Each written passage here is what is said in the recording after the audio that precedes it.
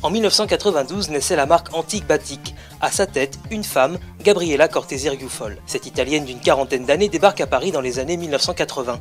Après des études de lettres et un bref passage au Crazy Horse, cette Parisienne d'adoption crée sa propre ligne de vêtements suite à un voyage en Inde. S'ensuit alors une fulgurante ascension qu'elle partage avec son mari, l'acteur Marc Rufol. Inséparables, le couple surfe sur la vague du succès avec près de 1500 points de vente à travers le monde. Gabriella, création d'Antique Batik en 1992 après un voyage en Inde. Et s'il n'y avait pas eu ce voyage, vous auriez fait quoi? Le voyage faisait partie de ma vie et j'aurais découvert la mode et le savoir-faire des impressions faites à la main dans un autre pays, tout simplement. Gabriella, gérante, créatrice, l'inspiration, elle vous vient d'où? Elle vient de tout ce que je vois, je vis, je respire, voilà. Est-ce qu'il y a des rencontres qui ont influencé votre carrière? Absolument, celle de mon mari. Plein de rencontres, mais tout simplement ce qu'on vit au jour le jour. Et j'ai eu la chance de découvrir des artisans exceptionnels avec qui on travaille tous les jours et c'est eux qui nous ont aidés à avancer. Alors Marc, quel rôle vous jouez dans l'entreprise de votre femme? Je suis son bras droit, sachant qu'elle est gauchère.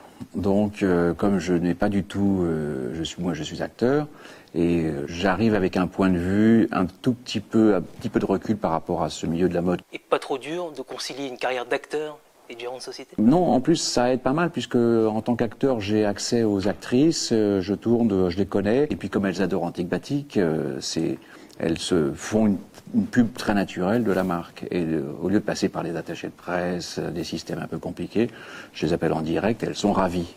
Et qu'est-ce qui fait qu'Antique Batik est un succès?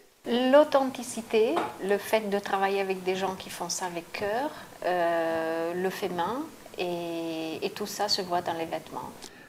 Gabriella était un peu la Madame Jourdain de la mode, elle faisait de l'éthique, du bio, de l'organique sans le savoir. C'est l'anti-bling-bling, Antique Batik.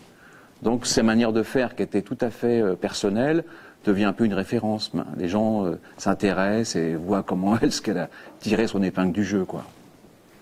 Anti-bling-bling, mais vous habillez quand même Carla Bruni, Ségolène Royal, Kate Moss ou encore Vanessa Paradis. Est-ce que vous avez une préférence? Carla. Oui, on a des préférences, mais tout ensemble finalement, parce qu'on aime bien habiller des femmes qui ont des caractères différents, une façon de porter les vêtements complètement à soi, et c'est juste la personnalité. Et si demain vous aviez envie de créer quelque chose d'autre, ça serait quoi? Je trouve qu'il faut bien faire ce qu'on sait faire et pas trop s'éparpiller parce qu'on aurait envie de toucher à tout et puis du coup on fait tout, on fait les choses qui ne sont pas très approfondies. Votre ambition pour Antique Batik, c'est quoi? C'est qu'elle reste une boîte authentique, mais qu'elle devienne une grande boîte. C'est quoi une grande boîte? C'est une boîte qui a plus de 7 zéros. Et Gabriella, elle est plus Italie, Inde ou France? Tout à la fois. C'est très difficile. Je suis apatride aujourd'hui. Je me sens... je suis italienne dans l'âme, mais quand je reviens en Italie, je ne suis plus du tout italienne. Je ne suis pas française, mais j'aime la France et j'aime bien être partout à la fois. Je peux vous dire que quand même, moi qui me trimballe les 10 litres d'huile d'olive à ramener d'Italie à chaque fois, c'est quand même une vraie italienne, quoi. 3 mots pour qualifier Antique Batik. Luxe, calme, volupté. Authentique, avec des cas aussi, ce qui fait authentique, ethnique, organique, éthique. Voilà. Et alors finalement, la femme Antique Batik, elle vous ressemble? Absolument. Oui. C'est une femme bohème dans l'âme, mais qui voyage et qui... voilà.